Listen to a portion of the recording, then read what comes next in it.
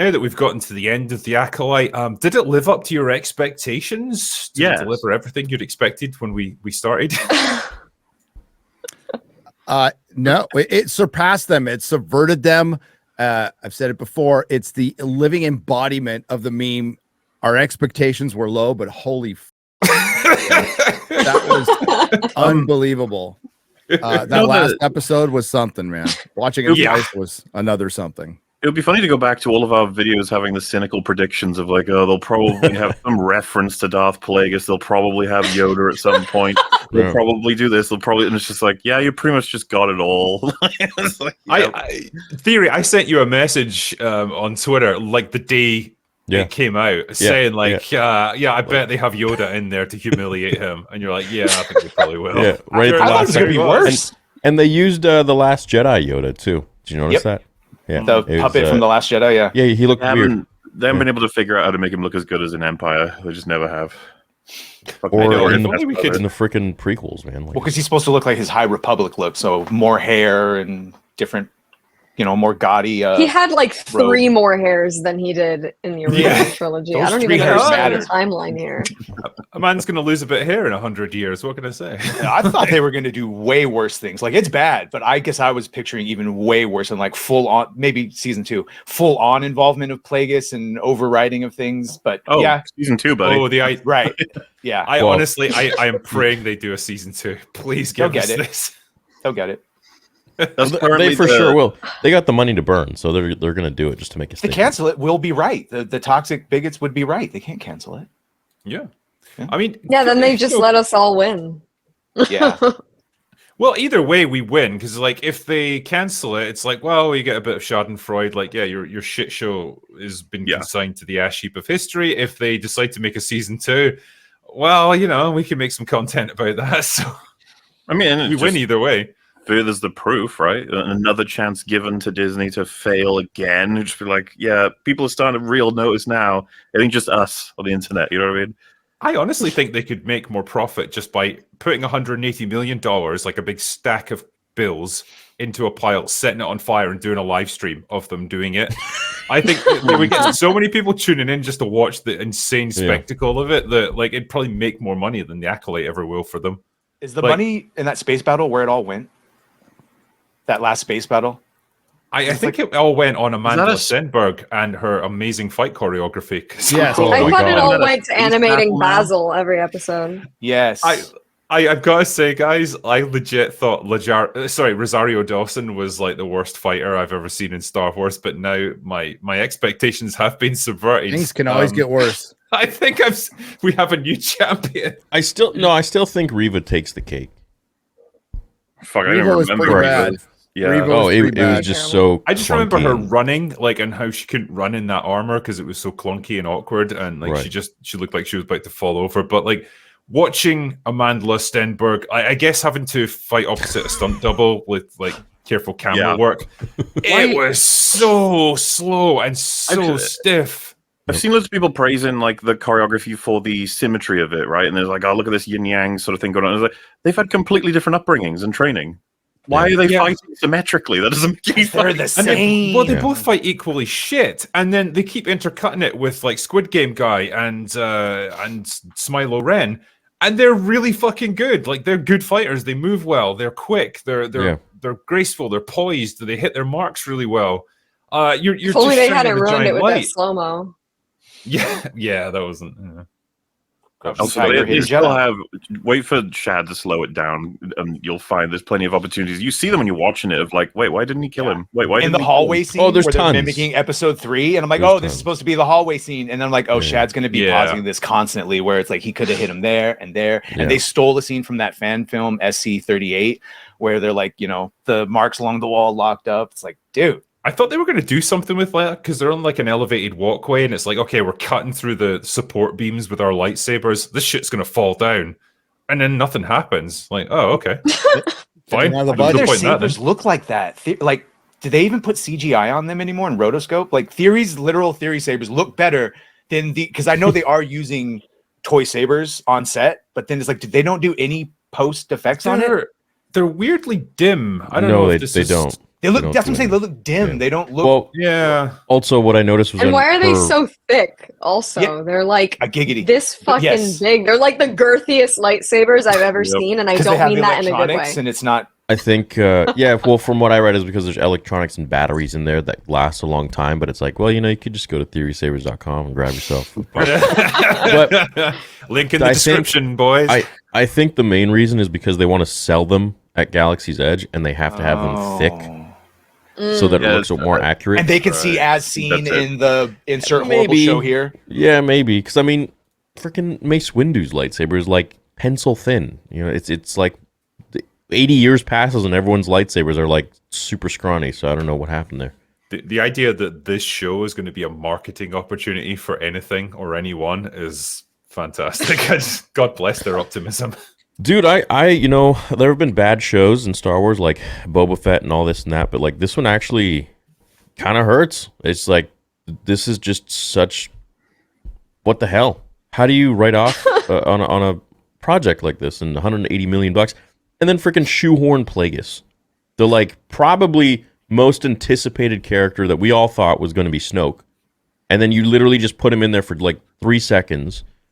And all of a sudden, we're supposed to be like, "Oh my god, wow! It's that guy." I know. It's like, yeah. What is the average? What is the average viewer supposed to take from that scene where he's like spooky music? That he's like this glowing eye, creepy freaking dude who he was spying on Smilo Ren the whole time. He would get nude and go into the pond. That's and what just watching him. He's just trying to see if he has Riz or not. Did Smilo Ren know about him? Like, and he's still there when they go back. Presumably, to that yes. And they would have been seen. Like, I need that deleted scene where he's talking to fucking Osha or whatever about, you failed your training or the Jedi, blah blah. She walks off, then he walks around a corner, and fucking Plagueis is like, how's it going? How is she?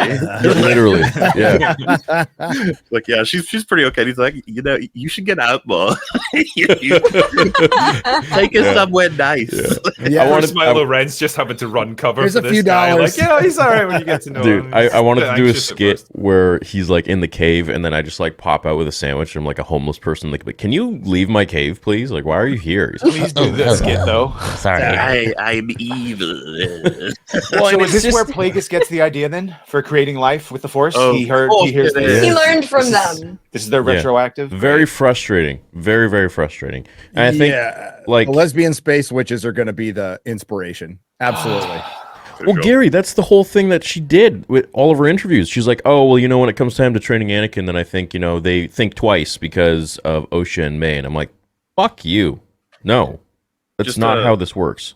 I drink there, illustrating how big those fucking lightsabers have gotten. Look at Amanda's hand compared to the lightsaber she's supposed to use. Just that image there. Oh, for fuck's sake! I need to screen share this. Is this the throbbing lightsaber mauler? What was with that? I don't know. Almost lightsaber throbbing at his neck. Just look at it. Audio description. There's so many things I could say that I'm just not going to. A picture says it all. It really does. Look, Amanda, it's what you do with it that counts, okay? Yeah. It's not about size. And then the bleeding of the lightsaber crystal. Just a little. See, that's a proper side. Yeah, right I'm sorry. Can we talk about that bleeding? Because let's just analyze the fact that Anakin murdered children, and somehow that wasn't enough to turn the lightsaber red. But an angry teenage girl turned it red. I say there's comics to explain that, right? Like, why didn't Anakin's turn, and that he had a problem bleeding his lightsaber? They had to explain that plot point away. Wait. Used to be bleeding. From the Disney it's because it's the lesbian space witches. They know all about bleeding, man. Yeah. Red lightsabers used to just be synthetic ones, and then they changed it to you can bleed them and change their color. So it's a cycle in the Force. That's what it is. So. Once a month, you can do your. Once a month, my lightsaber turns red. You guys gonna make me defend? They clearly showed us the lightsaber got broke, so that the crystal came out. And yes. I know, dude. Those lightsabers break so easy. It was the emotions crap of her. and stupid and horrible and cringe, but they're trying to cover their asses as to why. Sound like me, Mahler, when I have to defend small little things in it. Yeah, I love that they repurposed the scene from Return of the Jedi, and they do it freaking wrong. Like she throws away the lightsaber first, and then he goes strike him down. It's like with what? Dude, it was driving me nuts. Soul wasn't picking his lightsaber back up. She tossed it, just like, Yeah. you want to just grab that? May as well Well, grab then that. he just dude. lets he her didn't kill and him. let a lot of things happen. Yeah, it's okay. It's okay. And the little he CG. Do you didn't see that explain CGI himself. tear? Yeah, Bro. Do you see that? Yeah. 180 million bucks. It can't do a proper tear. Like what the hell? I Probably saw her decided like in 'cause post they I should saw have her. it, She yeah, had I like guess. snot Yeah, running down her literally. nose, and like I get that like it's quite an emotional moment, but like that's not where you should be leaking from Yeah, during no. a scene like this. You want to be crying from your eyes, not your nose. Like, come on. Oh, can I just say, she's an awful actress. Yes, you Yeah. can. Not yes, you good. can. She has Collection- one face. That's it. Well, it's not even horrible. just that. So you guys must have noticed, right? The one thing that struck out to me and Fringy with the editing that we've done on this is just how much she's doing like child acting of, you tell a child like, so this is the scene where you're angry, and she goes, rah! And you're like, yes, there you go, Yeah. you've done it. That's how it comes across Here's to me a every time cookie. she shouts. And there's this one shout that she does in episode 8 where she's fighting May. She screams at Oh my her. god, yeah. Oh, I Because know. May is Oh. an admiral as well, but it cuts to a May, and she's like, "What the fuck are you doing?" I know. Yeah. Oh my god. It's so unearned. It's just Yeah, I it didn't just feel the it doesn't weight feel like of it's got anything. any. Yeah, it doesn't feel like it's got any weight to it. It's got no Because, weight, yeah, the- logic. There's no logic to this episode. Verisimilitude, Verisimilitude. Gravitas, yeah. Well, I mean, like the whole point of Soul not defending himself when he's in that little struggle session towards the end, he just okay. Oh, Yeah, that's my issue. Made by Perry Chan, by the way, ladies and gentlemen. Made by Perry Chan. Credit there. It was just Well, like I that's saw it on X the other day, and it was so fucking good. This actress is so bad they gave her 2 main roles. yeah. Why What the did you hell, do man? that? It's funny I because Smilo Ren managed to be good enough that people started to respect him more and more as an actor. If you understand what I'm saying, like it wasn't just we hate everybody on this show. Everyone kept saying the actor for Soul. It's like, oh, we want to give him some stuff that's not cringe, please. He's clearly able to emote. So I'm just trying to get across. It's not just because we hate the show. Amandla is particularly awful at selling emotion. did not audition, Mahler. Did not Shocking. audition. I am I know. No one did. Shocking news. Who didn't She just- audition? Amandla Stenberg and the guy who played Asian Ezra Miller, Smilo Ren, Little Wang, Oh. whatever we want to Oh, call him. Manny I- Jacinto. Yeah, he didn't. Yeah. He didn't audition either. Leslie said in that I bet interview she Vanessa just got didn't her have to favorites. audition either, did she? Yeah, she Neither just got her did favorites. Her wife. Squid Game or something, right? Yep. She just I could chose who see she them wanted to work hiring with. him just because of Squid Game, to be honest. Yeah, 100%, bro. They probably were just watching it on the couch, and she's like, "I think he'd be great. Let's try to get him. I love him. I love him too. Okay, let's get him. All right." I legit can't work out who's the worst actress. Is it Amandla Stenberg or is it Leslie Headland's wife? The wife. Because they're both. I've never seen absolutely anybody dire. more wooden in my life. The wife. Jedi Master Green Skittle ruined my fucking day. I'm not even gonna lie. Yeah, I She was was pretty looking awful. through. that's some great acting right there, by the way. She's it nothing went like from- Vanestra in the comics, or not the comics, but the books as described. Because I didn't read the High Republic, but I was looking. Yeah, I was through going her to say you Wikipedia- read the High Wikipedia. Republic, No. bro. What's wrong with you? The first book, and I was out. I was reading her Wikipedia to see like just what they changed. She's 116 by the time that we get to her, and like that whole thing, by the way, about her being sick when she travels is from the High Republic books. That's where Yeah, that that's what I joke is heard, from. Because I was like, why do they I keep love how they saying make that? that doesn't actually go anywhere. There's no purpose to that. It's a just, fun reference for those who read the book, Drinker. You know, No Yeah, one the fives and like, tens of people out literally there. dozens Yeah. of people would be excited by that when they saw it. Doesn't. he's I'll be over. A generous. little high. A A dozen. little high. Oh, and A she single graduated. She was 16 when she became a Jedi Knight.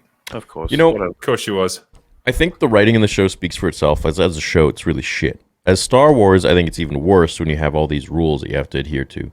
But I think what pisses me off the most is that she just doesn't understand the characters, and she just kind of thinks like, "Oh, Plagueis, like that's someone who like is important in the Star Wars world. Let's throw him in there for a few seconds and have people theorize and like jangle the keys."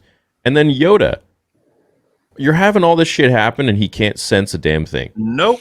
And then when frickin' Vernestra comes in, and she's gonna lie to his face, okay, like he just doesn't He's just gonna buy feel it. that she's like It doesn't sense any deception. Sense bullshit. I do. Well, only it's Vanessa just, can sense anything. Yeah, no, it's just this is what happens when you get someone who like maybe knows a little bit about Star Wars and she's surrounded by people, you know, like in those interviews where they're like, yeah, we were asking her like, well, why can't we have this planet? And she's like, no, that's because this and this happened. And we're like, wow, she knows so much about Star Wars. It's like you're literally getting that kind of praise from the guy who says that Anakin blew up the Death Star and doesn't know shit about Star Wars because he's an actor. He doesn't need to.